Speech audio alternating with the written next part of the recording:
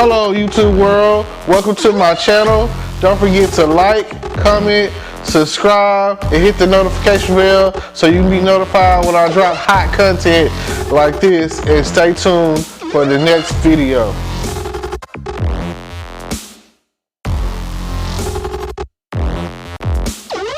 Hello podcast world, welcome to my channel. It's your boy Terrence Grundy, and I'm here to talk about the Squid Games. Now, Netflix original series Squid Games is based off a Korean game that was played or whatever. That's supposed to be pretty intense, where people are harmed in the most physical way and possibly even killed and murdered or whatever.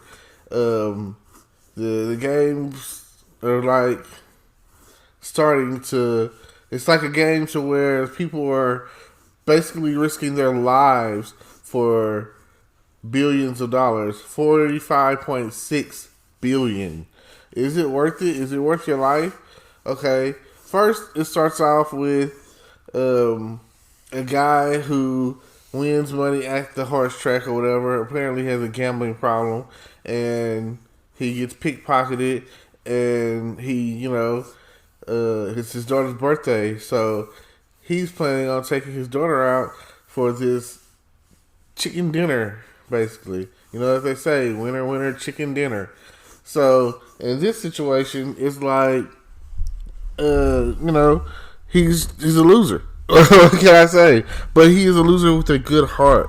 Like, every step of the way, he's trying to help.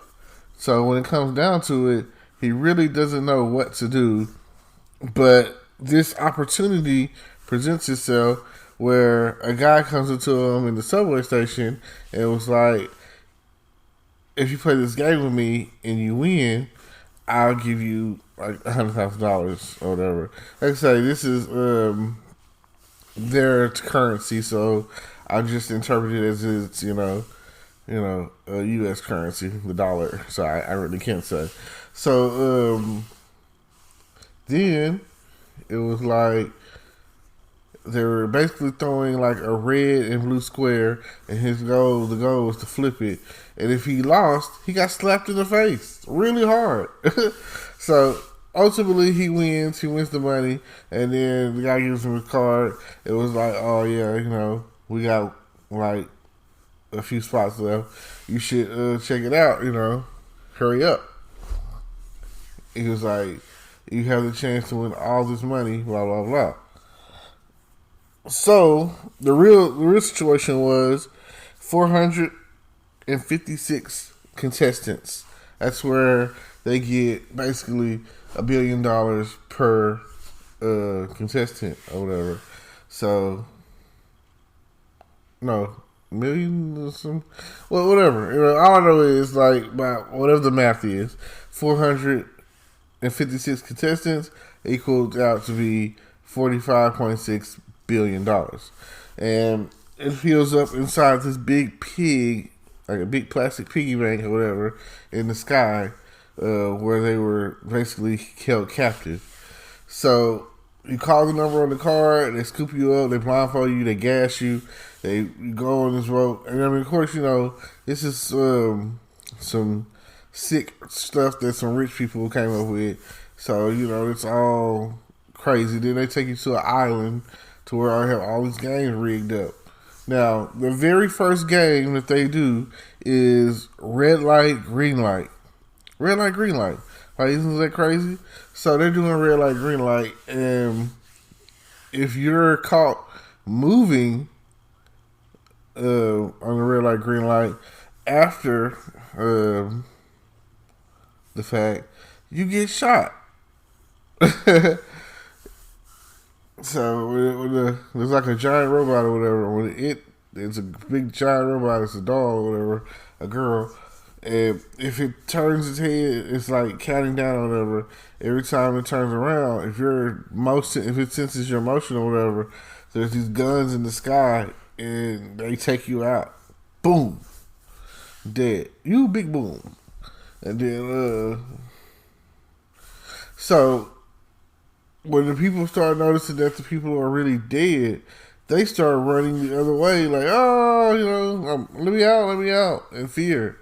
When the other people were like, they waited until all the people had died, and then they went ahead and finished the race because that was the only way, supposedly, that you could, live or survive, finish the race. So, I mean, it's crazy. So now they see that the game is for real, and that some people decide like it's not worth their life. Please let me go home is what they're begging. Oh, I don't want this. I don't want to do this. While some other people were like, I want to stay and fight for this money. And some of them were so desperate and they were so in debt to the mafia, to corporate lenders and stock exchange, and their family was sick, and they just never had anything, and they're just like zillions of dollars in fucking debt. Like, what the hell, So then, they were like, they had 3 clauses or whatever, and the third clause basically states that if the majority wants to end the game, that's what it'll be. The majority will end the game. So, of course, you know what I'm saying, it got to the point where it came down to the last vote, and they were like, in the process, they were like, we might as well stay here. There's nothing out there for us. We're going to be fighting for our lives anyway. We might as well be fighting for our lives to win this money. And that's what a lot of people were thinking.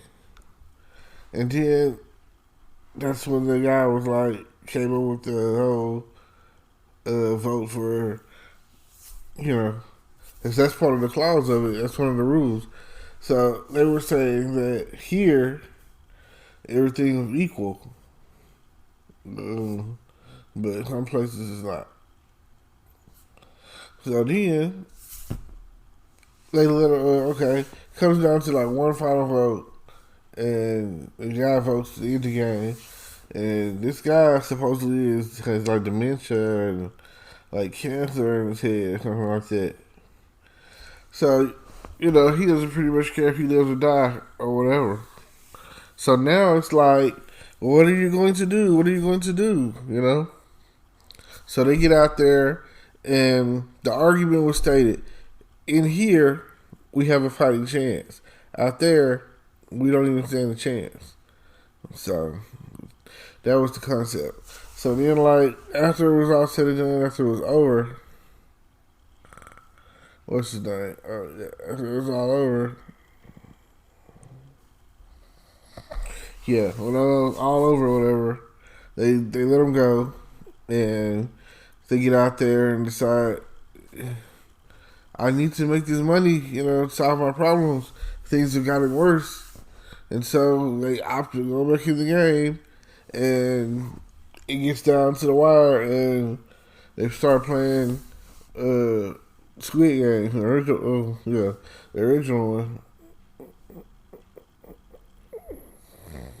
And then, with all that being the case, it's crazy, because then it was just like saying, hey, this is all you gotta do, and that's what they did. So, it's just, all you gotta do is like, subscribe, hit the notification bell, and see you at the top, and it is what it is. Thank you.